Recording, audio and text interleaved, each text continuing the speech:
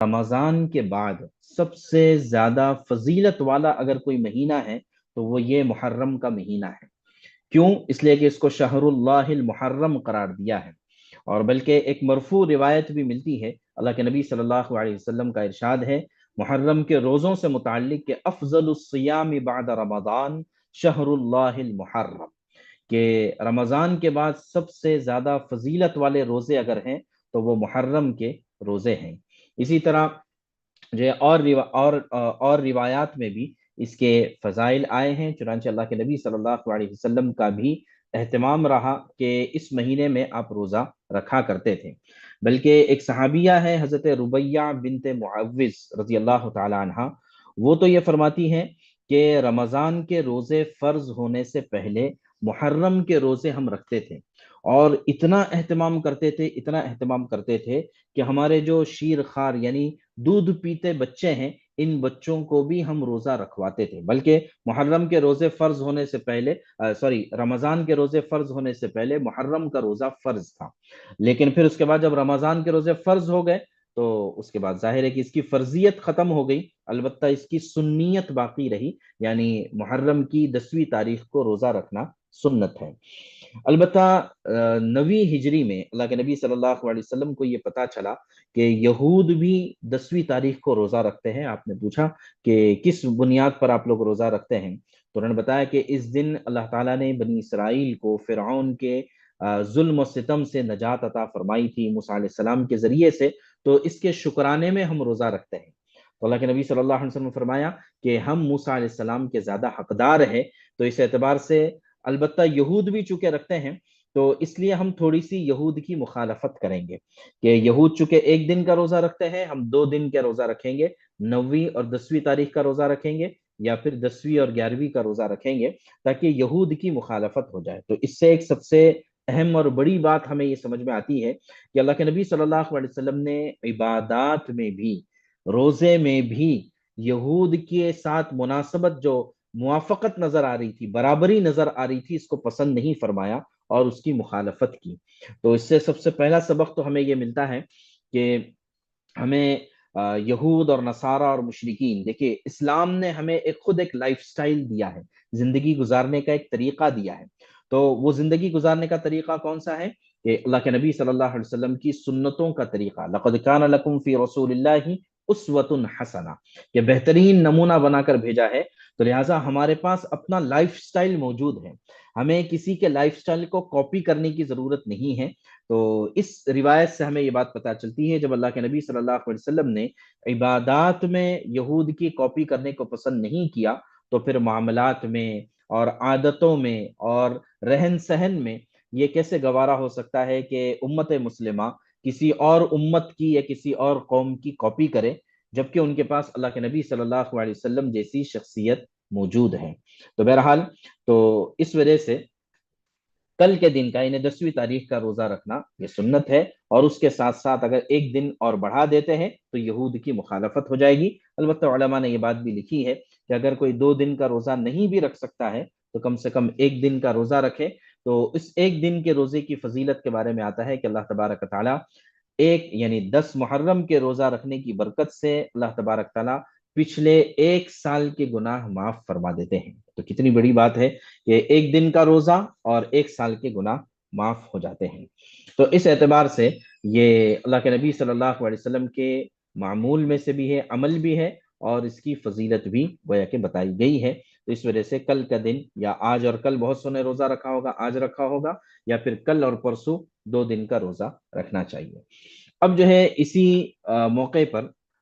جبکہ عاشورے کا دن ہے، تو اسی دن ایک بہت بڑا واقعہ جو پیش آیا وہ حضرت حسین رضی اللہ تعالیٰ عنہ کی شہادت کا واقعہ پیش آیا ہے۔ تو لہٰذا اب ہم اس کے بارے میں تھوڑا سا تذکرہ کرتے ہیں۔ البتہ یہ بات ذہن میں رہنا چاہیے کہ حضرت حسین رضی اللہ تعالیٰ عنہ کی سب سے پہلے ہمیں شخصیت کو جاننے کی ضرورت ہے، اس لیے کہ جب شخصیت کا ہمیں جب ان کی شخصیت کی فضیلت ہمیں پتہ چلے گی تب جا کر ان کی شہادت کی اہمیت پتہ چلے گی، اور جب فضیلت پتہ چلے گی تو پھر پتہ چلے گا کہ یہ کتنا بڑا آدمی تھا اور انہوں نے کتنا بڑا کارنامہ، کتنی بڑی قربانی انجام دی ہے، اور اس قربانی کیوں دی، اور اس قربانی کے اثرات امت پر کیا پڑے ہیں، یہ ساری باتیں ہم کو پتہ چلے گی۔ تو سب یہ بات جانتے ہیں کہ حضرت حسین رضی اللہ تعالیٰ عنہ حضرت علی رضی اللہ تعالیٰ عنہ کے دوسرے نمبر کے بیٹے تھے۔ پہلے حضرت حسن رضی اللہ عنہ، دوسرے حضرت حسین۔ بعض لوگوں کی غلط فہمی یہ بھی ہوتی ہے کہ حسن حسین دونوں جڑوا بھائی ہیں، تو جڑوا نہیں ہے، بلکہ بعض لوگوں نے 1 سال فاصلہ بتایا ہے اور بعض نے کچھ کمی زیادتی کے ساتھ بھی بتایا ہے، تو بہرحال یہ جڑوا بھائی نہیں ہے۔ ان کی فضیلت کے بارے میں آتا ہے کہ حضرت اللہ کے نبی صلی اللہ علیہ وسلم نے ایک روایت میں ارشاد فرمایا کہ حسین منی و انا من حسین، احب اللہ من احب حسینا، کہ حسین مجھ سے ہے اور میں حسین سے ہوں، اور اللہ تبارک تعالیٰ اس سے محبت کرے جو حسین سے محبت رکھتا ہے۔ حضرت یعلا بن مرہ کی روایت ہے۔ اسی طرح حضرت ابو ہریرہ رضی اللہ تعالیٰ عنہ کی روایت ہے، وہ یہ فرماتے ہیں کہ من احب الحسن والحسین فقد احبنی ومن ابغضہما فقد ابغضنی، کہ جو حسن حسین سے محبت رکھتا ہے تو وہ گویا کہ مجھ سے محبت رکھتا ہے، اور جو خدا نخواستہ ان سے بغض رکھتا ہے تو وہ گویا کہ مجھ سے بغض رکھتا ہے۔ یہ بڑی سخت بات ارشاد فرمائی۔ اسی طرح ایک روایت میں اللہ کے نبی صلی اللہ علیہ وسلم نے فرمایا الحسن والحسین سیدا شباب اہل الجنہ، کہ حسن اور حسین جنت کے نوجوانوں کے سردار ہیں، تو لہٰذا یہ ان کے فضائل ہیں۔ اسی طرح اللہ کے نبی صلی اللہ علیہ وسلم کا ان کے ساتھ لاڑ پیار اور کئی واقعات اس کے ملتے ہیں، یہاں تک کہ بعض روایتوں میں ملتا ہے کہ آپ خطبہ دے رہے ہیں، جمعہ کا خطبہ دے رہے ہیں، اور حسن حسین دونوں نکل کر آئے، آپ نے خطبہ روک کر ان سے پیار اور محبت کا اظہار کیا ہے۔ اور پھر کبھی ایسا ہوا کہ آپ نماز پڑھا رہے ہیں، سجدے کی حالت میں ہیں، اور حسن حسین آپ کے کمر مبارک پر چڑھ گئے، تو آپ صلی اللہ علیہ وسلم نے سجدہ لمبا کر دیا۔ عبداللہ بن مسعود رضی اللہ عنہ فرماتے ہیں بلکہ ان کو خوف ہوا کہ اتنا لمبا سجدہ ہوا تو کہیں کچھ اور حادثہ تو نہیں ہو گیا، تو پھر جب انہوں نے سر اٹھا کر دیکھا تو پتہ چلا کہ نہیں یہ تو حسن حسین کی رعایت میں اللہ کے نبی صلی اللہ علیہ وسلم نے اس کو سجدے کو لمبا کر دیا ہے۔ تو اس طرح سے جو ہے ان کے فضائل روایات میں آتے ہیں۔ تو یہ ایک تو اللہ کے نبی صلی اللہ علیہ وسلم کے نواسے ہیں، اور اسی کے ساتھ ساتھ ان کے بارے میں فضائل ہیں۔ چنانچہ ان کی ولادت کے بارے میں آتا ہے کہ ان کی جو پیدائش ہوئی ہے وہ 3 شعبان سن ہجری 4 کو، یعنی اللہ کے نبی صلی اللہ علیہ وسلم کے مدینہ منورہ تشریف لے جانے کے بعد سن ہجری 4 میں ان کی ولادت ہوئی ہے، اور پھر جو ان کی وفات ہوئی ہے وہ 10 محرم سن ہجری 61 میں 61 میں، تو 61 میں سے اگر 4 نکال دیتے ہیں تو اس کا مطلب 57 ایئرز کی ان کی عمر تھی۔ یہ ہجری کیلنڈر کے اعتبار سے ہے، اور شمسی کیلنڈر کے اعتبار سے یعنی جنوری فروری کے اعتبار سے ملتا ہے کہ 8 جنوری 626 عیسوی کو 626 عیسوی کو ان کی ولادت ہے، اور 10 اکتوبر 660 عیسوی میں ان کی وفات ہے۔ تو اس اعتبار سے ان کی عمر جو بنتی ہے وہ 54 ایئرز بنتی ہے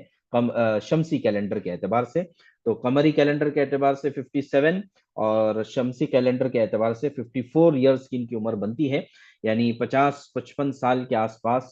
کی عمر ہے، اور شہادت حسین کا واقعہ پیش آتا ہے۔ تو اس سے جو ہے ان کی شخصیت کا ایک ہمیں اندازہ ہوتا ہے۔ جہاں تک ان کی پرورش کی بات ہے تو ظاہر ہے کہ اللہ کے نبی صلی اللہ علیہ وسلم کی گود میں ان کی پرورش ہوئی ہے۔ اللہ کے نبی صلی اللہ علیہ وسلم کے بارے میں آتا ہے کہ ان کی ہر چیز پر نگاہ ہوتی تھی، یہاں تک کہ ایک مرتبہ ان دونوں میں سے کسی نے کوئی کھجور رکھی ہوئی تھی وہ اٹھا لی، اللہ کے نبی صلی اللہ علیہ وسلم نے اپنی انگلی مبارک ان کے منہ میں ڈال کر نکال دیا، کہا کہ یہ صدقے کی کھجور ہے اور ہم سادات میں سے ہیں، تو سید لوگوں پر صدقہ حرام ہوتا ہے، تو گویا کہ وہ کیا کھا رہے ہیں، کیا پی رہے ہیں، کیا پہن رہے ہیں، تو گویا کہ پوری تربیت اللہ کے نبی صلی اللہ علیہ وسلم کی گویا کہ نگرانی میں ان کی ہوئی ہے۔ لیکن ظاہر ہے کہ سن ہجری 11 میں اللہ کے نبی صلی اللہ علیہ وسلم کی وفات ہوتی ہے، تو اس وقت ان کی عمر صرف 7 برس کی ہے، اور روایتوں میں ملتا ہے کہ اللہ کے نبی صلی اللہ علیہ وسلم کی وفات کے 6 مہینے کے بعد ہی حضرت ان کی والدہ حضرت فاطمہ رضی اللہ عنہا کی بھی وفات ہوتی ہے، تو گویا کہ 7 سال کی یا 8 سال کی تقریباً عمر ہے، اور اس میں والدہ کا سایہ اٹھ جاتا ہے۔ تو اب ساری تربیت حضرت علی رضی اللہ عنہ خود ان کے باپ ہیں، اور حضرت علی رضی اللہ عنہ سے بڑھ کر اور کون ہو سکتا ہے، یہ اللہ کے نبی صلی اللہ علیہ وسلم کے داماد بھی ہے، چچا زاد بھائی بھی ہے، اور اسی طرح یہ جو ہے مدینۃ العلم ہے، کہ یہ علم کا شہر، اللہ کے نبی صلی اللہ علیہ وسلم نے اپنے بارے میں فرمایا انا مدینۃ العلم وعلی بابوہا، کہ میں علم کا خزانہ ہوں، علم کا شہر ہوں، اور علی اس کا دروازہ ہے۔ تو حضرت علی رضی اللہ تعالیٰ عنہ کی گویا کہ باپ ہونے کی حیثیت سے ان کی ساری تربیت ہوئی ہے۔ اس کے بعد آگے چل کر یہ بات ملتی ہے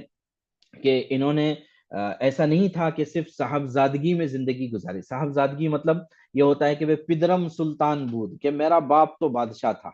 تو انہوں نے ایسے نہیں گزاری کہ میرا نانا تو اللہ کے نبی صلی اللہ علیہ وسلم کی ذات ہے اور میرا باپ تو علی حیدر کرار ہے، اس پر زندگی نہیں گزاری، بلکہ انہوں نے باقاعدہ وہ صفات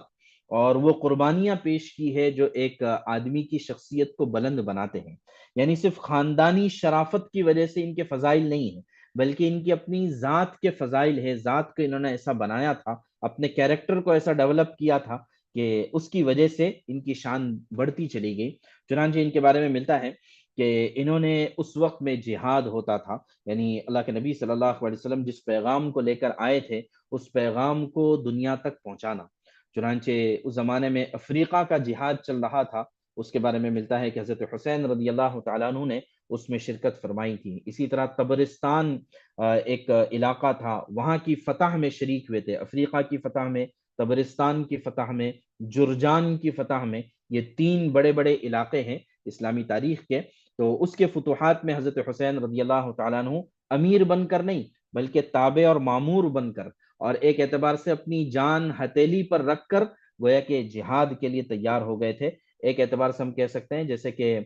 فوجی ہوتا ہے، آرمی میں آدمی اپنے آپ کو پیش کرتا ہے، جو سولجر ہوتے ہیں تو یہ اپنے آپ کی جان کی بازی لگانے کے لیے اپنے آپ کو آرمی میں پیش کرتے ہیں۔ تو اس طریقے سے حضرت حسین رضی اللہ تعالیٰ عنہ نے اپنے آپ کو ان تینوں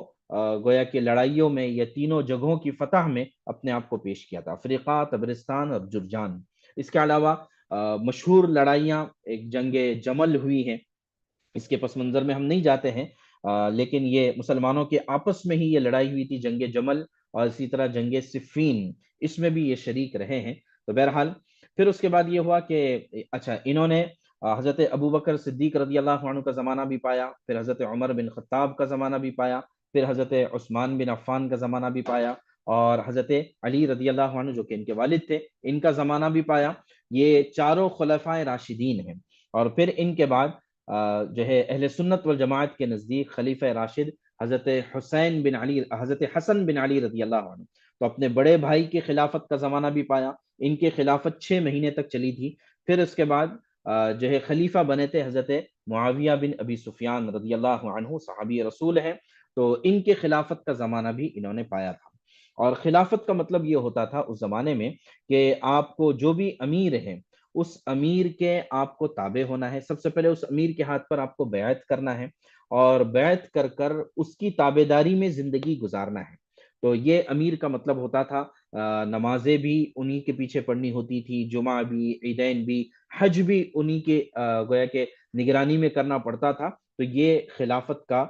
اس زمانے میں مطلب ہوتا تھا۔ تو انہوں نے خلفائے راشدین میں سے چاروں خلفاء، اسی طرح اپنے بڑے بھائی حضرت حسن، اسی طرح حضرت معاویہ بن ابی سفیان رضی اللہ عنہ، کہ جو خال المؤمنین کہلاتے ہیں، کہ یہ مومنین کے ماموں ہیں، اس لیے کہ ان کی بہن جو ہے حضرت میمونہ رضی اللہ عنہ، یہ اللہ کے نبی صلی اللہ ام حبیبہ رضی اللہ عنہ جو اللہ کے نبی صلی اللہ علیہ وسلم کی زوجیت میں تھی۔ تو اس اعتبار سے ان کا بھی ایک زمانہ رہا، ان کے بھی اپنے کارنامے رہے اپنے زمانہ خلافت میں۔ تو ان سب کے زمانہ خلافت میں انہوں نے سب کے ہاتھ پر بیعت کی اور تابعداری کے ساتھ انہوں نے زندگی گزاری تھی۔ البتہ حضرت علی رضی اللہ عنہ کی خلافت میں یہ دونوں حضرات، حضرت حسن حسین، دونوں حضرات جو ہے یہ کوفہ میں رہا کرتے تھے۔ البتہ جب حضرت حسن رضی اللہ تعالیٰ عنہ کی وفات ہوتی ہے، بلکہ ان کی بھی شہادت ہوئی ہے، زہر دے کر ان کو بھی مار دیا گیا اور سجدے کی حالت میں ان کی وفات ہوتی ہے، شہادت ہوتی ہے۔ تو ان کی شہادت کے بعد انہوں نے کوفہ کے بجائے مدینہ منورہ میں رہنا پسند کیا تھا۔ چنانچہ حضرت معاویہ رضی اللہ عنہ کی بیعت میں انہوں نے کوفہ مدینہ منورہ رہنا شروع کیا تھا۔ پھر حضرت معاویہ رضی اللہ عنہ کے بعد خلیفہ بنایا گیا یزید کو، جو حضرت معاویہ کا بیٹا تھا۔ تو اس موقع پر حضرت حسین رضی اللہ تعالیٰ عنہ نے یزید کی بیعت کرنے سے انکار کر دیا، یعنی یہ کہا کہ میں اس کے ہاتھ پر بیعت نہیں کروں گا، اس لیے کہ یزید کے بارے میں لوگوں کو بہت سارے پرابلمز تھے۔ ایک تو یہ کہ اس کی شخصیت بڑی جو ہے یعنی پرابلمٹک اس کی شخصیت تھی، یعنی یہ کہ اس زمانے میں ظاہر ہے کہ تابعین کا زمانہ تھا، تو جو ہے نیکی اور صالحیت یہ عام تھی، لیکن یزید اس طرح کا تقوی والا نہیں تھا جس طرح کے ہونے کی ضرورت ہے۔ تو اس لیے حضرت حسین رضی اللہ عنہ، عبداللہ بن زبیر رضی اللہ عنہ اور اس طرح کے 4 5 صحابہ کرام تھے، انہوں نے یزید کے ہاتھ پر بیعت کرنے سے انکار کر دیا۔ تو یہ بات ملتی ہے کہ یزید نے بھی ان کے اوپر زبردستی نہیں کی کہ تم کو بیعت کرنا ہی پڑے گا، یہ مدینہ منورہ میں رہتے تھے، اور پھر اس کے بعد یہ ہوا کہ انہوں نے بیعت نہیں کی، یزید نے بھی ان کے اوپر کسی طرح کا کوئی زبردستی نہیں کی تھی۔ البتہ ہوا یہ کہ چونکہ میں نے بتایا کہ حضرت علی رضی اللہ عنہ کی خلافت یہ کوفہ میں تھی، حضرت ابو بکر، عمر، عثمان رضی اللہ عنہ کی دارالخلافہ یعنی کیپٹل جو تھا اسلامک پورے اسلامی خلافت کا کیپٹل مدینہ منورہ تھا۔ حضرت علی رضی اللہ عنہ نے بعض مصلحتوں کی وجہ سے کیپٹل کو چینج کر دیا تھا کوفہ میں، کوفہ جو عراق میں آتا ہے وہاں پر چینج کر دیا تھا، تو یہ دونوں حضرات بھی وہیں رہتے تھے، لیکن بتایا کہ حضرت حسن رضی اللہ عنہ کی شہادت کے بعد حضرت حسین رضی اللہ عنہ کوفہ سے مدینہ منورہ آ گئے تھے، اور جب یزید کا معاملہ پیش آیا تو انہوں نے یزید کے ہاتھ پر ایک تو بیعت نہیں کی، اور مدینہ منورہ سے نکل کر اب یہ مکہ مکرمہ چلے گئے، تو مکہ مکرمہ میں رہنے لگے تھے۔ تو ہوا یہ کہ کوفہ والوں کی طرف سے بہت سارے خطوط حضرت حسین رضی اللہ عنہ کو آئے، اور ان خطوط میں یہ لکھا ہوا تھا کہ دیکھو ہم جو ہے کوفہ کے رہنے والے ہیں، ہم حضرت علی رضی اللہ عنہ کے زمانے، آپ کے والد کے زمانے کو ہم نے پایا ہے، آپ کے والد کی خلافت کو ہم نے دیکھا ہے، ہم یہ چاہتے ہیں کہ آپ کے والد کے بعد آپ زیادہ خلافت کے حقدار ہیں، تو لہٰذا آپ کوفہ آئیے اور خلیفہ ہونے کا اعلان کر دیجئے، ہم آپ کا ساتھ دینے کے لیے تیار ہیں۔ اب دیکھیے اسلامی خلافت کا ایک طریقہ جو اصل طریقہ ہوتا ہے وہ تو یہی تھا کہ جس کا بھی جب خلیفہ کا انتقال ہو جائے تو انتقال ہونے کے بعد کسی دوسرے خلیفہ کو متعین کیا جائے، اور اس میں اس بات کا خیال ہوتا تھا کہ ان کی نسل سے، ان کی اور جو خلیفہ کا انتقال ہوا ہے ان کی اولاد میں سے کسی کو خلیفہ نہ بنایا جائے، جس کو آج کل نیپوٹزم کہا جاتا ہے کہ ہر جگہ پر نیپوٹزم کی مخالفت ہوتی ہے۔ تو اسلامی خلافت میں بھی یہی تھا کہ نیپوٹزم کو نہ لیا جائے، اگرچہ وہ منع نہیں ہے، اس ٹاپک میں ہم نہیں جاتے ہیں، لیکن حضرت ابو بکر رضی اللہ عنہ کے انتقال ہوا، اس کے بعد حضرت عمر کو بنایا گیا، تو حضرت عمر حضرت ابو بکر کے ظاہر کے اولاد میں سے نہیں ہے، حضرت عمر کا انتقال ہوا، شہادت ہوئی، اس کے بعد حضرت عثمان کو بنایا گیا، تو ان کے درمیان بھی کوئی نیپوٹزم نہیں ہے، حضرت عثمان کے بعد حضرت علی رضی اللہ عنہ کو بنایا گیا، کوئی نیپوٹزم نہیں، حضرت علی رضی اللہ عنہ کے بعد حضرت حسن اور حضرت معاویہ رضی اللہ عنہ، ان کے درمیان یہ ہوا کہ کون خلیفہ بنے گا، تو 6 مہینے کے بعد حضرت معاویہ رضی اللہ عنہ خلیفہ بنے، تو یہاں پر بھی کوئی نیپوٹزم نہیں رہا۔ لیکن حضرت معاویہ رضی اللہ عنہ نے اپنی زندگی ہی میں اپنے بیٹے یزید کو خلیفہ بنایا تھا، صحابہ کے مشورے سے، اپنے طور سے نہیں، اس زمانے میں بعض صحابہ تھے، ان کے مشورے سے یزید کو خلیفہ نامزد کیا تھا۔ تو حضرت حسین رضی اللہ عنہ کو اسی بات سے اختلاف تھا کہ بھئی یہاں پر نیپوٹزم شروع ہو رہا ہے، تو اس وجہ سے میں یزید کے ہاتھ پر بیعت نہیں کروں گا، ایک تو اس کے فسق و فجور کی وجہ سے، اور دوسرا جو خلافت کے خلیفہ بنانے کا جو پروسیس ہوتا ہے اس پروسیس کو فالو نہیں کیا گیا، بلکہ نیپوٹزم کی بنیاد بنائی گئی، بادشاہت کی بنیاد رکھی گئی، اس وجہ سے حضرت حسین رضی اللہ عنہ نے یزید کے ہاتھ پر بیعت نہیں کی تھی، اور مدینہ منورہ سے نکل کر مکہ چلے گئے، اور مکہ میں ان کوفہ والوں کے خطوط آنے لگے کہ نہیں، آپ جو ہے خلافت کے حقدار ہیں، آپ تقوی والے ہیں، آپ علم والے ہیں، آپ نسبت والے ہیں، تو لہٰذا آپ کو خلیفہ بننا چاہیے، ہم آپ کا ساتھ دینے کے لیے تیار ہیں۔ تو حضرت حسین رضی اللہ عنہ نے اپنے چچازاد بھائی مسلم بن عقیل، یہ ان کے چچازاد بھائی تھے، ان کو کوفہ روانہ کیا اور پوچھا کہ جاؤ جا کر حالات دیکھو کہ کیا واقعی جو خطوط آ رہے ہیں وہ صحیح ہے یا نہیں۔ تو اس وقت میں کوفہ پر جو گورنر تھے وہ حضرت نعمان بن بشیر رضی اللہ عنہ، یعنی صحابی رسول تھے اور بہت اعلیٰ کردار اور اخلاق کے مالک تھے۔ تو حضرت مسلم بن عقیل جب کوفہ گئے اور انہوں نے لوگوں سے ملاقاتیں کی، اور سارے لوگ جو ہے پوری طرح سے ان کے فیور میں تھے، تو انہوں نے خط لکھا حضرت حسین رضی اللہ عنہ کو کہ آپ ضرور تشریف لائیے، کہ آپ کے حق میں سارا ماحول ہے، آپ یہاں آ کر خلیفہ ہونے کا اعلان کر سکتے ہیں، کوفہ والے ساتھ دیں گے، پھر اس کے بعد مکہ والے، مدینہ والے اور سارے اطراف کے جتنے لوگ ہیں وہ آپ کا ساتھ دے دیں گے، آپ خلیفہ بن جائیں گے۔ تو اس بات پر حضرت حسین رضی اللہ تعالیٰ عنہ نکلے ہیں، گویا کہ ان کے سامنے ایک اپارچونٹی آئی تھی کہ جو نیپوٹزم کی بنیاد رکھی گئی اس کے خلاف جو ہے یہ اپنا یعنی خلافت کا جو اصل طریقہ تھا اس کے مطابق یہ گویا کہ خلافت قائم کر سکتے ہیں، اس وجہ سے یہ اس کے لیے تیار ہوئے۔ حالانکہ اس وقت میں بہت سارے صحابہ جو خود قریش کے سردار تھے، حضرت عبداللہ بن عباس رضی اللہ عنہما، جو اللہ کے نبی صلی اللہ علیہ وسلم کے چچا زاد بھائی بھی تھے، صاحب علم بھی تھے، اور رئیس المفسرین تھے، انہوں نے حضرت حسین رضی اللہ عنہ کو روکا۔ اسی طرح اور دیگر بہت سارے صحابہ ان کو روکا کہ آپ کوفہ والوں کی بات میں مت جائیے، کوفہ والے کبھی بھی آپ کو دھوکہ دے سکتے ہیں، تو لہٰذا آپ ان کی بات پر اعتبار نہ کریں۔ لیکن انہوں نے کہا کہ نہیں، میں تو جو ہے چونکہ حالات سازگار ہیں تو اس وجہ سے میں جانا چاہتا ہوں۔ بہرحال تو حضرت حسین رضی اللہ عنہ تقریباً یعنی ذوالحجہ کی جب لوگ حج کے لیے جا رہے تھے، اس موقع پر تقریباً 8 تاریخ یا 9 تاریخ کو جو ہے مکہ مکرمہ سے روانہ ہوئے کوفہ جانے کے لیے۔ عراق میں اس وقت کربلا کوفہ پڑتا ہے،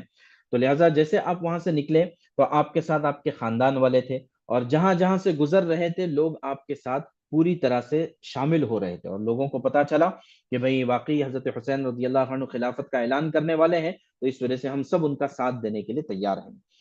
یہاں یزید کا جو کیپٹل تھا وہ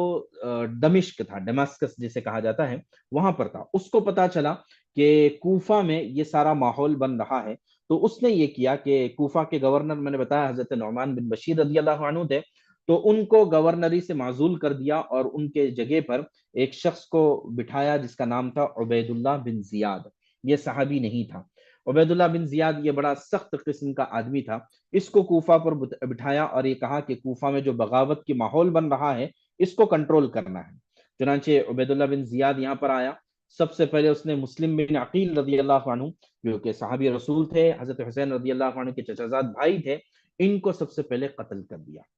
اور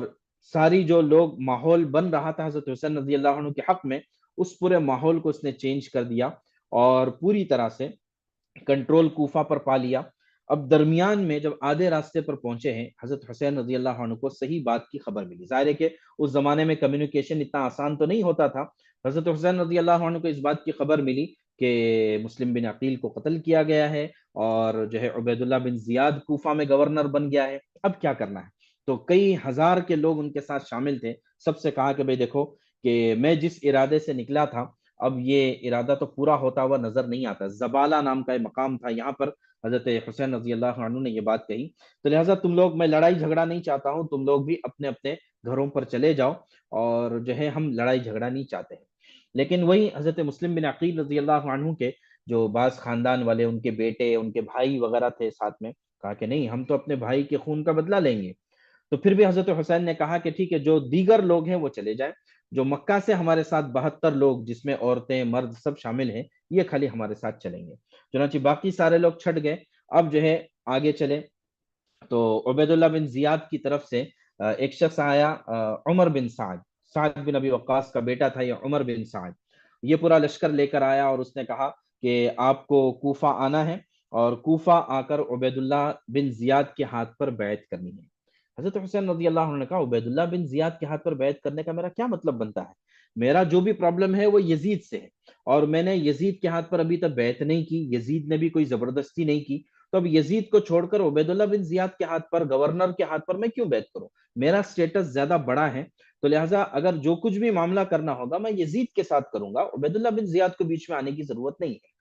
چنانچہ جب حضرت حسین رضی اللہ عنہ نے دیکھا کہ معاملہ بڑا نازک ہوتا جا رہا ہے، تو انہوں نے کہا کہ دیکھو 3 باتیں میں تمہارے سامنے رکھتا ہوں، عمر بن سعد کے سامنے رکھا، یہ 3 باتیں رکھتا ہوں، یا تو مجھے دمشق جانے دو، دمشق جانے دو، یزید سے جا کر میں خود ہی اپنی بات چیت کر لوں گا جو بھی کرنا ہے،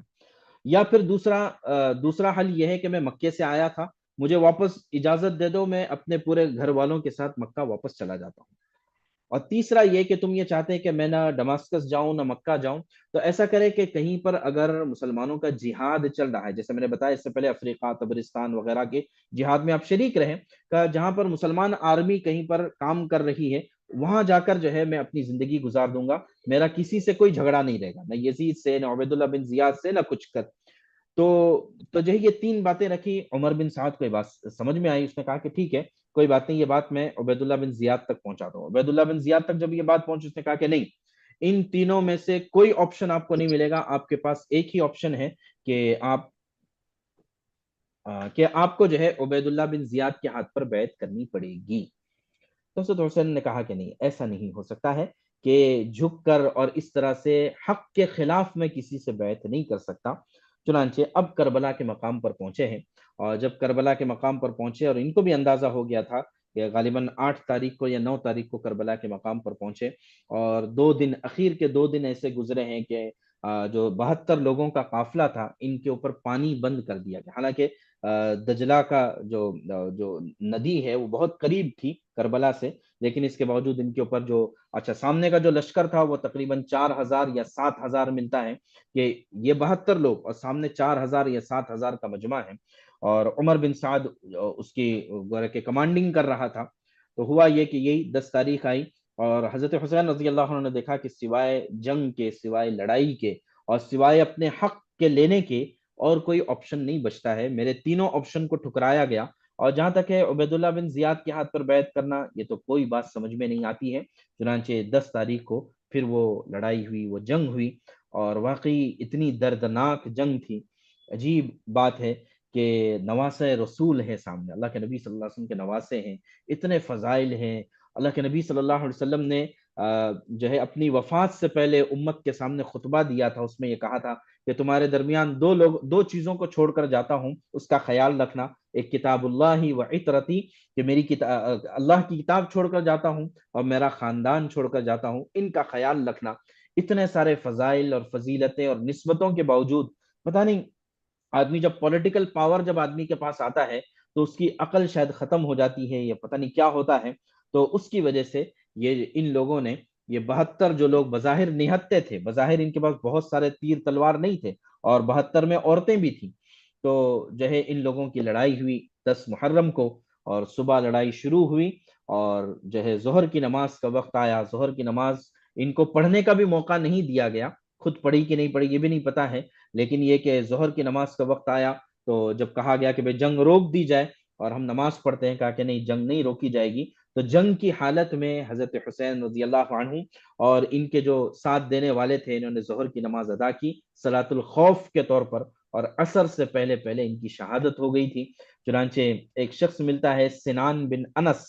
اس کے بارے میں ملتا ہے کہ اس نے حضرت حسین رضی اللہ عنہ کو قتل کیا، اور ایک نام ملتا ہے شمر بن ذلزوشن، کہ شمر نے اللہ کے حضرت حسین رضی اللہ عنہ کے سر مبارک کو ان کے دھڑ سے الگ کر دیا، اور اسی طرح معصوم بچہ ایک گود میں تھا، اس کو بھی تیر لگی، اور پتہ نہیں، یعنی ان کے تمام بچے، تمام اولاد، حضرت حسین رضی اللہ عنہ خود بھی، اور تمام اولاد سوائے حضرت زین العابدین کے، وہ بیمار تھے اس لیے عورتوں کے خیمے میں تھے، تو جو ہے 6 مہینے کا بچہ تک کے شہید ہو گیا، اور ان لوگوں نے شہید کیا۔ اور پھر اس کے بعد عبید اللہ بن زیاد کے پاس حضرت حسین رضی اللہ عنہ کا سر لایا گیا، اور پورے گویا کہ امت مسلمہ میں ایک بھونچال آ گیا کہ یہ کیسے ہو گیا، نواسہ رسول کو قتل کر دیا گیا۔ تو جو ہے وہاں پر حضرت انس بن مالک رضی اللہ عنہ تھے، وہ کھڑے ہو گئے، انہوں نے مخالفت کی، اور پھر اس کے بعد جو ہے عبید اللہ بن زیاد نے ان سب کو، یعنی عورتیں جو بچی تھی، جو بچے بچے تھے، اور اسی طرح حضرت حسین رضی اللہ عنہ کا سر مبارک، یہ کیپٹل یعنی دمشق میں بھیج دیا۔ وہاں یزید کے سامنے دیکھو، صحیح روایات میں جو بات آتی ہے، اہل سنت والجماعت جس چیز کو مانتے ہیں وہ یہ ہے کہ یزید نے حضرت حسین رضی اللہ عنہ کے قتل کرنے کا حکم نہیں دیا تھا۔ اسی طرح حضرت حسین اور یزید کی کبھی آپس میں کوئی لڑائی یا بات چیت نہیں ہوئی تھی، لیکن بہرحال یزید کو ہم کلین چٹ نہیں دے سکتے ہیں، کہ جیسے ہم دیکھتے ہیں کہ آج کے زمانے میں کہیں پر کوئی واقعہ پیش، ہمارے ملک میں کوئی حادثہ پیش آ جائے، تو ظاہر ہے کہ اس کا ذمہ دار جہاں اور لوگوں کو قرار دیا جاتا ہے، وہاں جو ملک کے بڑا جو بھی ہوتا ہے، چاہے پرائم منسٹر ہو، چاہے ہوم منسٹر ہو، اس کو بھی ذمہ دار قرار دیا جاتا ہے کہ لا اینڈ آرڈر آپ نے مینٹین نہیں رکھا، یا جو بھی چیز ہے۔ تو اس اعتبار سے اگر دیکھا جائے تو اصل جو کلپریٹ ہے، اصل جو مجرم ہے، وہ عبید اللہ بن زیاد ہے۔ اس کے بعد کوفہ والے ہیں کہ جنہوں نے دھوکہ دیا حضرت حسین رضی اللہ عنہ کو، اور پھر اسی کے ساتھ ساتھ یزید ہے کہ اس کے حکومت میں یہ چیز ہوئی، اور پھر اس کے بعد اس نے جو کلپریٹس تھے اور جو مجرم تھے شہادت حسین کے، قتل حسین کے، ان کو کسی بھی طرح سے کوئی سزا یا اس طرح سے کوئی چیز نہیں دی۔ تو اس اعتبار سے ہم دیکھتے ہیں کہ جو ہے یہ یزید کی خطا ہے۔ البتہ پھر بعد میں چل کر حضرت حسین اور یزید یہ دونوں حق اور باطل کا ایک علامت بن گئے، کہ حق ہمیشہ حضرت حسین رضی اللہ عنہ کے نام سے سمجھا گیا اور باطل ہمیشہ یزید کے نام سے سمجھا گیا. جیسے موسیٰ اور فرعون، یا موسیٰ علیہ السلام حق کے علم بردار تھے، فرعون ظلم اور ستم کا علم بردار رہا، تو ایسے ہی یزید اور حسین اسی طرح کے نام بن گئے. اور پھر اسی میں بعد میں چل کر امت مسلمہ میں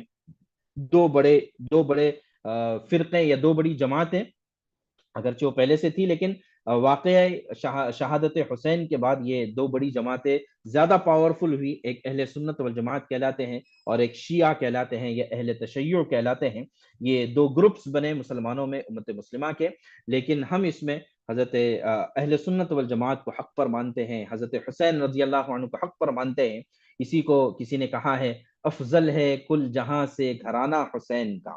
افضل ہے کل جہاں سے گھرانہ حسین کا، نبیوں کا تاجدار ہے نانا حسین کا. ایک پل کی تھی بس حکومت یزید کی، صدیاں حسین کی ہے زمانہ حسین کا. تو لہٰذا اسی بات پر ہم اپنی بات کو ختم کرتے ہیں کہ حضرت حسین رضی اللہ عنہ کی شہادت کا واقعہ واقعی بڑا دردناک ہے، اور اس کو سوچ کر بھی رونگٹے کھڑے ہو جاتے ہیں کہ ایک امت اپنے نبی کے نواسوں کے ساتھ ایسے کیسے کر سکتی ہے. لیکن حقیقت یہ ہے کہ اس میں صرف جو ہے، جیسے میں نے بتایا کہ ذمہ دار جہاں پر یزید اور اہل کوفہ اور یہ تمام چیزیں ہیں، وہیں پر ایک بات ہم کو یہ بھی سمجھنا چاہیے کہ اللہ کے نبی صلی اللہ علیہ وسلم نے ہی اپنے زمانے میں اس بات کو بتا دیا تھا کہ حسین رضی اللہ عنہ کی شہادت ہونے والی ہے. چنانچہ ام سلمہ رضی اللہ عنہا اور اسی طرح دیگر روایتیں ہمیں ملتی ہیں کہ اللہ کے نبی صلی اللہ علیہ وسلم نے اس بات کی پیشین گوئی فرما دی تھی کہ حسین کی شہادت ہونی ہے. چنانچہ یہی ہوا، حضرت حسین رضی اللہ عنہ کی شہادت ہوئی. تو لہٰذا ہمیں اس سے سبق یہ ملتا ہے کہ دین کے چھوٹے سے چھوٹے امر کے لیے اگر جان دینے کی بھی نوبت آتی ہے تو آدمی کو جان بھی لگانا چاہیے، مال بھی لگانا چاہیے، وقت بھی دینا چاہیے، اور اپنی صلاحیتیں بھی دین پر کیسے لگے اس کی ہم کو فکر کرنی چاہیے. میں سمجھتا ہوں کہ یہی شہادت حسین رضی اللہ عنہ کا ایک بہت بڑا پیغام ہے کہ ہمیشہ حق کے ساتھ رہنا چاہیے اور حق پر قائم رہنا چاہیے، حق پر استقامت حاصل کرنا چاہیے، اور حق کے خاطر جو قربان ہو سکتا ہے وہ سب قربان کرنے کے لیے تیار رہنا چاہیے. یہ شہادت حسین رضی اللہ تعالیٰ عنہ کا پیغام ہوتا ہے. اللہ تبارک تعالیٰ صحیح معنوں میں ہمیں حق پر استقامت عطا فرمائے، اور ہماری جان، مال، وقت اور صلاحیت حق پر، دین پر اور اللہ کے نام پر لگے. اللہ تعالیٰ اس کے فیصلے فرمائے اور اس کی ترتیب ہماری بنانے کی توفیق عطا فرمائے. جزاک اللہ خیر. وآخر دعوانا الحمد للہ رب العالمین. اب اگر مولانا اجازت دیتے ہیں اس سے متعلق اگر کچھ سوال کوئی کرنا چاہے تو کر سکتا ہے. ماشاء اللہ، جزاکم اللہ خیر. الحمدللہ، بہت بہترین انداز سے آپ نے تمام باتیں رکھی ہیں. یقیناً سوال اور جواب کا موقع ہونا بھی چاہیے، کیونکہ جب تک ایسے موضوعات پر اور دین کے مختلف موضوعات پر سوال جواب نہیں ہوں گے تب تک بات مکمل طریقے سے سمجھ میں نہیں آتی ہے. میں درخواست کروں گا ہمارے تمام سامعین اور سامعات سے کہ جو بھی سوال آپ کے ذہن میں آتا ہو وہ کر سکتے ہیں. انشاءاللہ تعالی جواب دینے کی کوشش کی جائے گی. جی میں اجازت چاہتی ہوں. جی بولیے. ہاتھ پر بیعت کرنے کا کیا مطلب ہے؟ اچھا سوال ہے. دیکھیے، جیسے میں نے بتایا کہ اس زمانے میں، بلکہ یہ شریعت کا ایک امر ہے کہ پوری امت مسلمہ کا کوئی ایک امیر ہونا چاہیے اور اس امیر کے تابع داری کے ساتھ زندگی گزارنا چاہیے. آج سے 100 سال پہلے تک، 1924 تک، جب سے حضرت ابوبکر رضی اللہ عنہ کے زمانے سے لے کر 1924 تک خلافت اسلامیہ کسی نہ کسی شکل میں قائم رہی. کوئی نہ کوئی خلیفۃ المسلمین ہوتا تھا اور اس کے ہاتھ پر الگ الگ شکلوں میں بیعت کی جاتی تھی. یعنی بیعت کا مطلب ہوتا ہے اس کے ہم تابع ہو کر زندگی گزاریں گے، وہ جیسا بتائے گا اس کے فالو ہو. جیسے ہم اس وقت چونکہ نیشن سٹیٹس میں ہم رہتے ہیں، کہ ایک کنٹریز میں ہم رہتے ہیں، تو ہر کنٹری کے سنویدھان پر ہم اوتھ لیتے ہیں. تو اس زمانے میں نیشن سٹیٹ کا تصور نہیں تھا، خلافت تھی. یعنی پوری اسلامک امت ایک جگہ پر، یعنی ایک ساتھ جڑی ہوئی تھی، الگ الگ نیشن سٹیٹس نہیں تھے. تو اوتھ جیسے ہم لیتے ہیں اس طریقے سے امیر کے ہاتھ پر بیعت کرنا گویا کہ اوتھ لینا ہوتا تھا. یہ اس زمانے کا طریقہ تھا. یہ تقریباً 100 سال گزر چکے ہیں, خلافت اسلامیہ ختم ہو گئی, تو اس لیے اس وقت کے کیا رسم اور کیا سنتیں تھیں وہ بھی شاید ہم کو نہیں پتا ہے, تو اس وجہ سے یہ سوال پیدا ہوا تھا اور اس کا یہ جواب ہے. اسی طرح کا جی جزاک اللہ خیر. کی بیعت جو ہے نبی اکرم صلی اللہ علیہ وسلم نے صحابہ سے بھی لی ہے. جیسے مختلف مقامات پر ہوا ہے ایسا کہ آپ صلی اللہ علیہ وسلم نے صحابہ کو بلایا اور حضور نے تو بڑے اہم موقع پر اہم انداز سے لیے. جیسے حضرت عباس رضی اللہ تعالیٰ عنہ کے بارے میں جب معلوم ہو گیا کہ گویا ان کی شہادت ہو گئی, تو آپ صلی اللہ علیہ وسلم نے درخت کے نیچے بیٹھ کر بیعت لی, جس کا قرآن مجید میں تذکرہ بھی ہے. بیعت رضوان. جی, اور کوئی سوال؟ آج کل بیعت ہوتی ہے تو اس کے مختلف طریقے ہیں. جیسے ہو سکتا ہے آپ نے اس لیے کیا ہوگا سوال کہ آج کل بھی بیعت ہوتی ہے, تو آج اب وہی آپ سمجھ سکتے ہیں کہ صحیح طریقے پہ بھی بیعت ہو رہی ہے اور غلط طریقے پہ بھی ہو رہی ہے. تو تھوڑا سا جی میں اس کے بارے میں بتا دوں کہ بیعت مختلف قسم کی ہوتی ہے. ایک ہوتی ہے بیعت خلافت کی, جس کا بھی ہم تذکرہ کر رہے تھے. ایک بیعت ہوتی ہے بیعت علی الاسلام, یعنی اسلام پر بیعت کرنا. ایک ہوتی ہے بیعت علی الاعمال. تو ابھی اس وقت جو عام طور سے بیعت ہوتی ہے, بہت سارے بزرگان دین جو بیعت لیتے ہیں وہ بیعت علی الاعمال لیتے ہیں. بیعت علی الاسلام یا بیعت علی الخلافت یہ اس وقت ختم ہے, ابھی اس وقت موجود نہیں ہے. جی, اور کوئی سوال؟ جی یہ آواز آ رہی ہے نا؟ جی جی جی, یہ تعزیہ کے تعلق سے بتائیے, تعزیہ نکالتے ہیں وغیرہ, اس کی وجہ کیا ہے, اس کا ریزن کیا ہے؟ دیکھیے جتنی باتیں ہم نے بتائی ہیں یہ اصل واقعہ ہے. اب اس کے بعد پھر یہ اسی کی بنیاد پر, جیسے میں نے بتایا کہ ایک بہت بڑا کانفلکٹ ہوا شہادت حسین پر, اور اس کے بعد دو بڑی جماعتیں, اور پھر اس میں سے جو اہل تشیع ہے, شیعہ حضرات ہے, انہوں نے اس کو شہادت حسین پر ماتم منانے کو اپنا ٹریڈ مارک قرار دیا. اور اہل سنت والجماعت جو ہے وہ ماتم منانے کو صحیح نہیں سمجھتے ہیں. پھر وہی ماتم بعد میں چل کر تعزیہ کی شکل اختیار کر گئی, اور تعزیہ بنا کر اس کو ماتم کے ساتھ لے کر جایا جاتا ہے, جلوس نکلتا ہے وغیرہ. تو ہم یہ ساری چیزیں بدعات کی کیٹیگری میں اس کو کنسیڈر کرتے ہیں. صحابہ سے اور اللہ کے نبی صلی اللہ علیہ وسلم سے ظاہر ہے اس طرح کی کوئی چیز منقول نہیں ہے, تو اس لیے ہم اہل سنت والجماعت ان سب چیزوں میں انوالو نہیں ہوتے ہیں. اور کوئی سوال؟